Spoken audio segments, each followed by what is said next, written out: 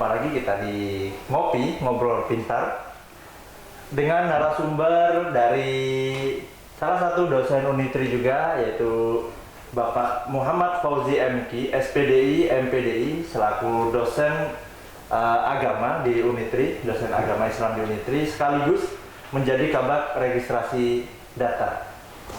Beliau juga sebagai alumni dari UIN Maulana Malik Ibrahim Malang di tahun 2010. Kemudian dia juga pasca sarjana UIN Maulana Malik Ibrahim di tahun 2012. Kita akan ngobrol tentang apa Pak di siang ini, di bulan Ramadan ini, gimana Pak? Ya. Terima kasih Pak Mehmet atas waktu dan kesempatannya. Saya awali dulu. Assalamualaikum warahmatullahi wabarakatuh. Waalaikumsalam warahmatullahi wabarakatuh. Saya sampaikan selamat menunaikan ibadah puasa. Mudah-mudahan puasa kita sempurna.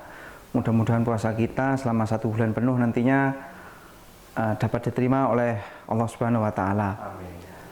Pada kesempatan kali ini saya akan membahas terkait dengan makna gerakan sholat. Jadi ternyata gerakan sholat itu punya makna, punya manfaat, terutama dilihat dari sisi kesehatan seperti itu. Jadi bukan cuma kewajiban aja Pak ya, cuman ada manfaatnya bagaimana gerakan-gerakan itu Pak ya? Betul, kalau selama ini orang hanya memandang sholat itu sebuah ritualitas, hanya sebagai pelengkap namanya spiritualitas, ternyata di situ juga ada manfaat lain, yaitu manfaat dari kesehatan seperti itu.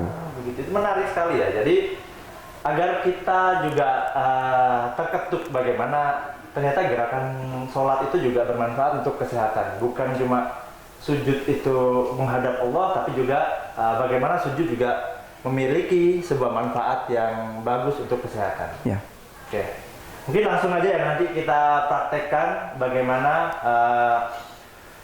gerakan-gerakan sholat dan manfaat bagi kesehatan di gerakan sholat.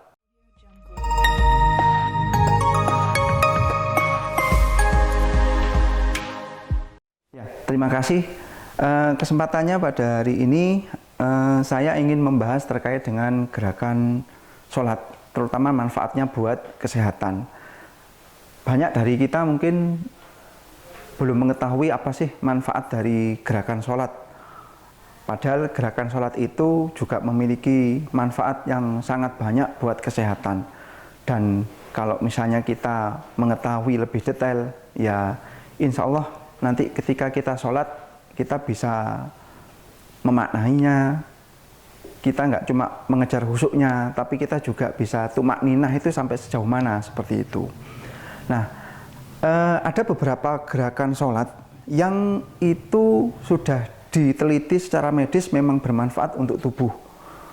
Bahkan ada yang bisa mengatakan itu bisa menyembuhkan 1 atau 2 penyakit seperti itu.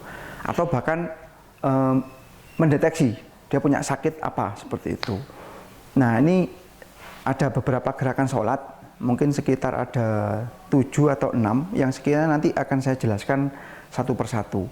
Yang pertama adalah ketika kita sholat, bagi yang mampu untuk berdiri, maka gerakannya harus sempurna seperti ini. Jadi kaki ini harus sejajar dengan bahu. Bisa agak di sedikit Mas, ini agak sedikit Mas. Nah, jadi lurus dengan bahu, lurus dengan bahu. Kaki juga harus ke depan ya. Jadi jari itu harus ke depan, arahkan ke depan, Pak. Bisa diarahkan ke depan. Jadi nggak miring, tapi agak. Nah, seperti itu. Manfaatnya apa? Ternyata ini mempengaruhi tulang punggung kita, posisi tulang punggung kita. Jadi kalau misalnya mohon maaf, misalnya menghadap ke sebelah kiri dulu Pak.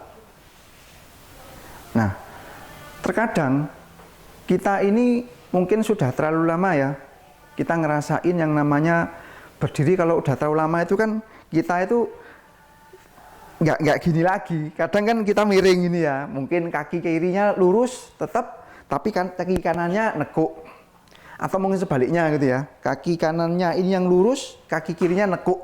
Nah, seperti itu.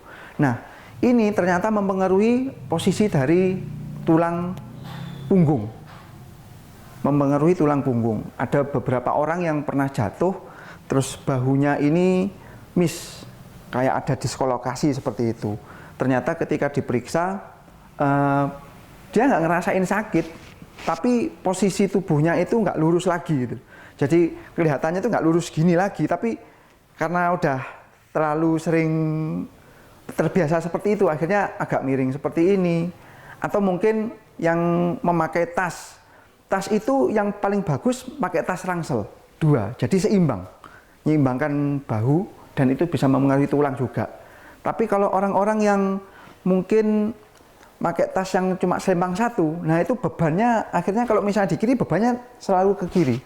Kalau cuma dipakai di kanan, akhirnya bebannya ke kanan, jadi miring gini akhirnya, nggak kerasa karena kita sudah terbiasa seperti itu. Nah ini salah satu manfaat bagaimana supaya posisi tulang kita ini tetap lurus, tidak dislokasi, apalagi yang pernah mengalami jatuh seperti itu. Bisa menghadap ke depan lagi, Pak. Oke, itu gerakan yang pertama. Gerakan yang kedua adalah takbir. Bisa diangkat. Nah, ini sebenarnya banyak ya. Ada yang takbirnya seperti ini, ada yang di telinga, ada yang tangannya itu nggak menghadap ke kiblat ya. Jadi telapaknya itu kadang cuma seperti ini atau cuma seperti ini dan sebagainya. Yang paling inti, yang paling penting ketika takbir adalah otot dada ini ketarik. Jadi otot dada bagian otot dada bagian ini ketarik. Ini akan membuat otot dada kita itu lebih luwes, lebih, kalau bisa saya bilang itu nggak kaku ya.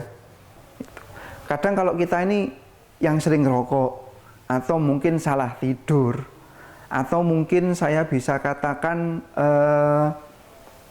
kurang gerak, kita itu sering baring saja atau duduk saja tapi kurang gerak gitu ya. Makanya kalau olahraga itu kan seringnya seperti ini ya, ini yang ditarik. Ini bisa membuat rongga-rongga dada kita itu lebih lentur seperti itu, otot-ototnya lentur di sebelah sini. Jadi mau gerakannya seperti apa, yang penting otot dada ini ketarik. Itu yang kedua. Kemudian takbir, terus tangannya ditaruh di dada seperti, nah di posisi seperti ini juga ada manfaatnya. Terkadang kalau kita misalnya cek jantung ya, ke dokter atau ke perawat seperti itu, kita diminta untuk ngecek jantung, bagaimana jantungnya normal atau tidak. Kita biasanya ngelihat nadi. Kalau misalnya bunyinya itu beraturan, berarti jantung kita normal. Tapi kalau tidak beraturan, cepat, kemudian lambat, cepat, lambat. Ini berarti ada sesuatu masalah di jantungnya seperti itu. Saya nggak tahu ya seperti apa itu, detailnya seperti apa. Tapi ada masalah di situ. Mengapa seperti ini? Posisi seperti ini sebenarnya menekan kita untuk melihat atau mendengarkan detak jantung kita. Allah itu terkadang akan hadir itu ketika kita tidak merasakan otot yang tidak kita sadari kita gerakkan. Otot yang tidak sadar itu misalnya kayak jantung, mata berkedip, jantung berdetak. Kita kan nggak ngerasain kan, kecuali kalau kita benar-benar sadar baru kita ngerasain. Nah, disitulah kemudian ketika kita sholat itu katanya disampaikan hadirnya Allah ya di situ. Kita mencoba merasakan hadirnya Allah itu di situ karena yang menggerakkan otot tidak sadar kita adalah Allah. Jadi kita rasakan detuk jantung kita, denyut jantung kita rasakan seperti itu. Sini ini gerakan yang berikutnya. Kemudian ada gerakan selanjutnya yaitu rukuk. Ketika rukuk seperti ini, mohon maaf, punggung harus lurus. Ada 3 bagian yang harus ketarik ototnya. Pertama punggung, bisa hadap ke kiri lagi Pak, biar saya jelaskan. Yang pertama adalah punggung, ini harus rata. Kemudian kaki itu paha bagian belakang. Kemudian betis, itu harus ketarik. Dan yang terakhir adalah sikunya kaki. Air ini adalah, saya tadi sengaja ngambil air, ini untuk memastikan bahwa punggung itu lurus. Karena kalau misalnya punggung itu nggak lurus, maka ini akan jatuh. Berarti lurus.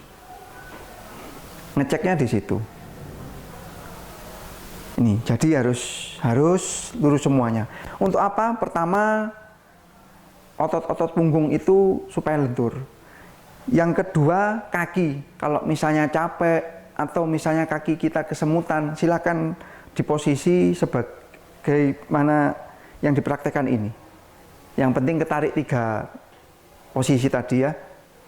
Pertama punggung, kedua adalah tangan. Jadi tangan itu nggak boleh nekuk. Tangan itu harus lurus. Nggak boleh nekuk gini.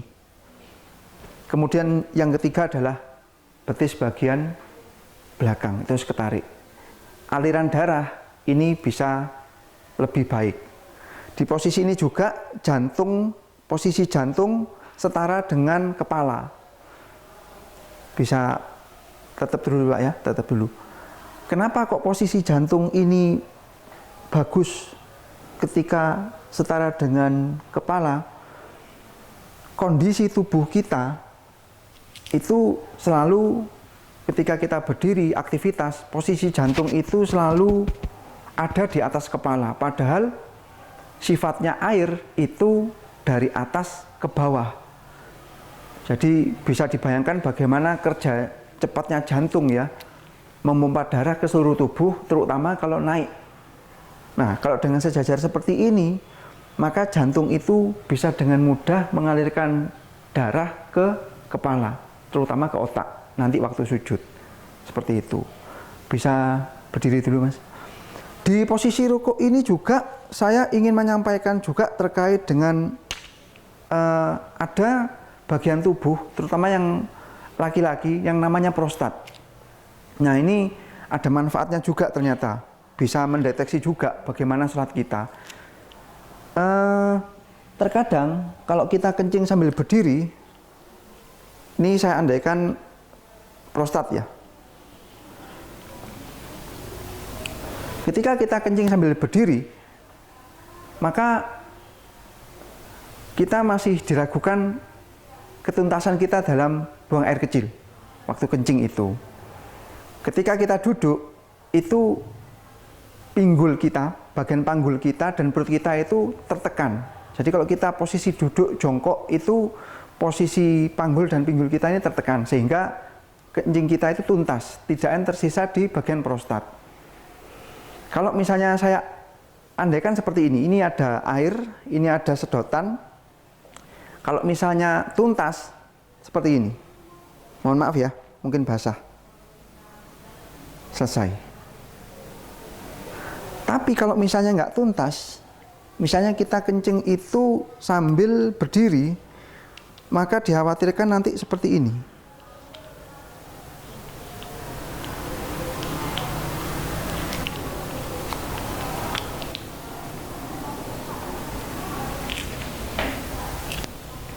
Ketika kita kencing nggak sambil berdiri, tidak duduk seperti ini, masih ada sisa. Nah, sisa air kencing ini itu akan keluar ketika kita rukuk. Rukuk lagi, Pak. Sisa air kencing kita ketika kita berdiri tadi itu akan keluar ketika kita rukuk. Sedangkan kalau misalnya kita rukuk kok ada kotoran yang keluar, itu bisa membatalkan sholat. Sehingga kita bisa mengkoreksi bagaimana sholat kita selama ini sah tidak, baik tidak, itu bisa dilihat dari sini. Ketika rukuk ini, sisa-sisa kencing yang ada di prostat tadi itu keluar karena ada penekanan di bagian panggul sini. Seperti itu.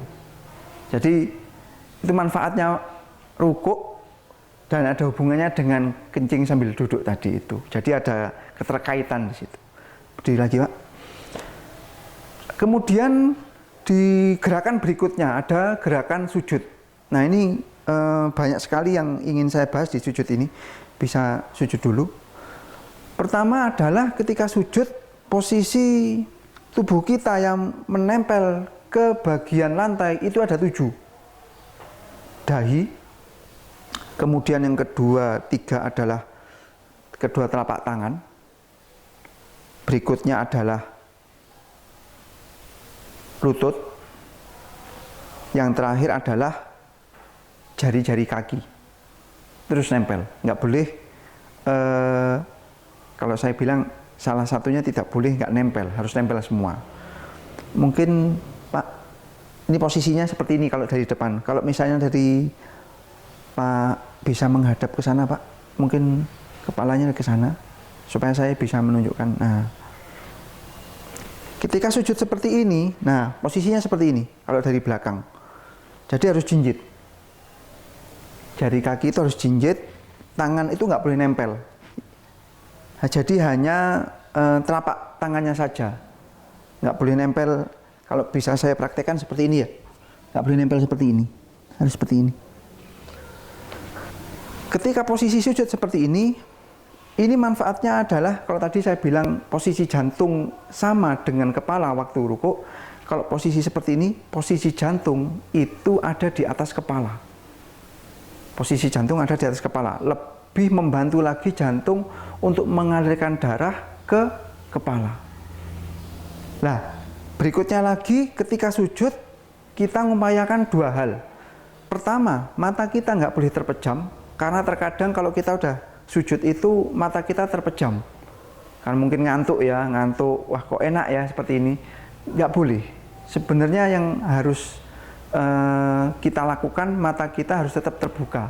Karena ketika mata kita terbuka, aliran darah yang tadi dipompa oleh jantung masuk ke kepala, itu juga mengalirkan ke saraf-saraf mata kita. Seperti itu. Nah yang kedua, diupayakan juga kita menahan nafas sekuat kita ya. Bukan berarti sujud kita lama terus kita harus tahan nafas lama, enggak.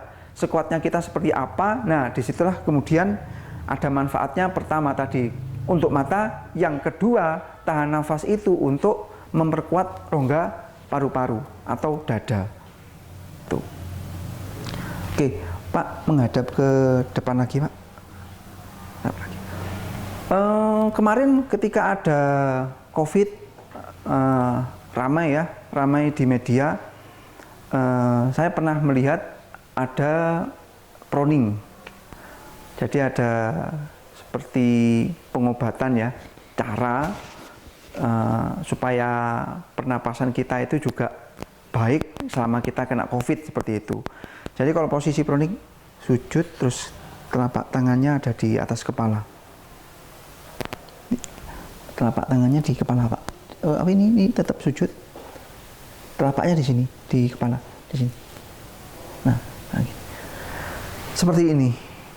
Ternyata dasar sujud saja itu sudah membuat kita memberikan pengobatan untuk pernapasan. Jadi oksigen kita yang kita hirup itu bisa sampai ke paru-paru bagian dalam. Itu bisa berdiri lagi, Pak. Nah itu manfaat dari sujud. Berikutnya adalah yang bisa saya sampaikan, duduk di antara 2 sujud. Bisa duduk. Mungkin hadapnya ke sana Pak, biar kakinya, kalau gini kan kakinya nggak kelihatan. Berarti hadapnya ke sana. Untuk duduk ini juga memiliki manfaat yang banyak. Pertama, untuk mendeteksi orang itu memiliki kolesterol atau tidak.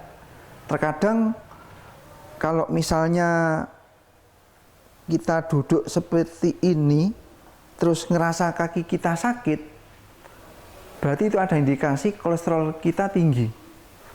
Ini satu. Ada juga yang menggunakan metode seperti ini. Kalau ini kan telapak kaki kiri diduduki. Nah, ada juga yang seperti ini. Kalau misalnya di bagian kaki sampai lutut ini kok ngerasa sakit, berarti itu masih ada indikasi memiliki kolesterol yang tinggi. Untuk mengobatinya bagaimana? Ya, sesering mungkin kita melakukan duduk seperti ini. sampai kita tidak merasa sakit. Jadi mendeteksinya seperti ini, mengobatinya juga seperti ini. Bahkan orang Jepang itu kalau duduk ini ya, dua-duanya diduduki, itu juga memiliki manfaat juga. Kalau buat yang wanita biasanya itu untuk memperkuat rahim. Itu ternyata manfaatnya di situ. Kemudian yang terakhir adalah gerakan salam. Ketika kita mengucapkan salam dalam sholat, kita menoleh ke kanan atau ke kiri, pipi ini harus terlihat oleh orang-orang atau jamaah yang ada di belakang. Sehingga otot leher ini nanti ketarik.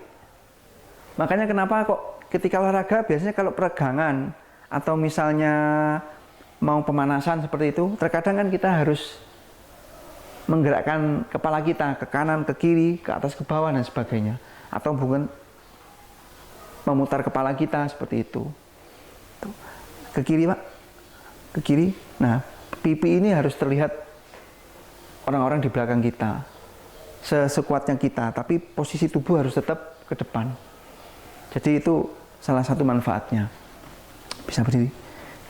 Nah, ternyata gerakan-gerakan sholat ini memiliki banyak manfaat yang nanti kedepannya juga akan diteliti lagi. Ada penyakit apa yang sekiranya bisa disembuhkan oleh gerakan sholat. Apa yang saya sampaikan ini adalah hanya sebagian dari apa yang saya ketahui. Karena masih banyak penelitian-penelitian yang terkait dengan gerakan sholat yang masih belum diketahui oleh banyak orang. Mudah-mudahan apa yang tadi saya sampaikan, apa yang saya berikan pada kesempatan hari ini bisa memberikan manfaat buat kita semua. Dan yang berjadi catatan, karena ini di bulan Ramadan, setelah kita mengetahui manfaat dari gerakan sholat ini, setidaknya ketika kita sholat, terutama kalau sholat taraweh yang cepat-cepat, atau mungkin kita pernah mendengar ada pelaksanaan sholat taraweh yang hanya berdurasi 7 menit ya, 7 menit itu dilaksanakan 20 rakaat. Nah, bisa diketahui juga manfaatnya di mana kita harus tumakninah. Mengapa kok kita harus tumakninah? Mengapa kok gerakan sholat cepat atau lambat itu dilakukan oleh banyak orang? Mungkin mereka belum mengetahui. Ya mudah-mudahan dengan adanya pengetahuan baru ini bisa memberikan satu wawasan buat masyarakat, terutama buat kita sendiri. Terima kasih. Saya kembalikan kepada Pak Gofur.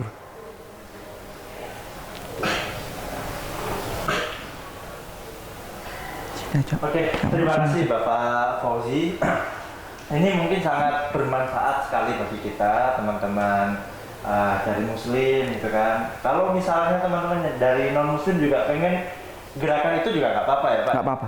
Itu untuk kesehatan kita, seperti itu. Jadi memang gerakan sholat itu semuanya ada manfaatnya. Selain kita dapat pahala, kita juga bisa menjaga kesehatan. Terima kasih Bapak Fauzi, terima Sama-sama. kasih Pak Erik. Semoga apa yang bisa disampaikan hari ini bisa bermanfaat untuk kita ke depannya, bisa memberikan wawasan yang lebih, bisa memberikan pengetahuan baru. Cukup sekian untuk acara ngopi hari ini. Kesimpulannya bagaimanapun sebuah gerakan sholat itu semuanya ada manfaatnya bagi kesehatan. Terima kasih. Assalamualaikum warahmatullahi wabarakatuh. Waalaikumsalam warahmatullahi wabarakatuh.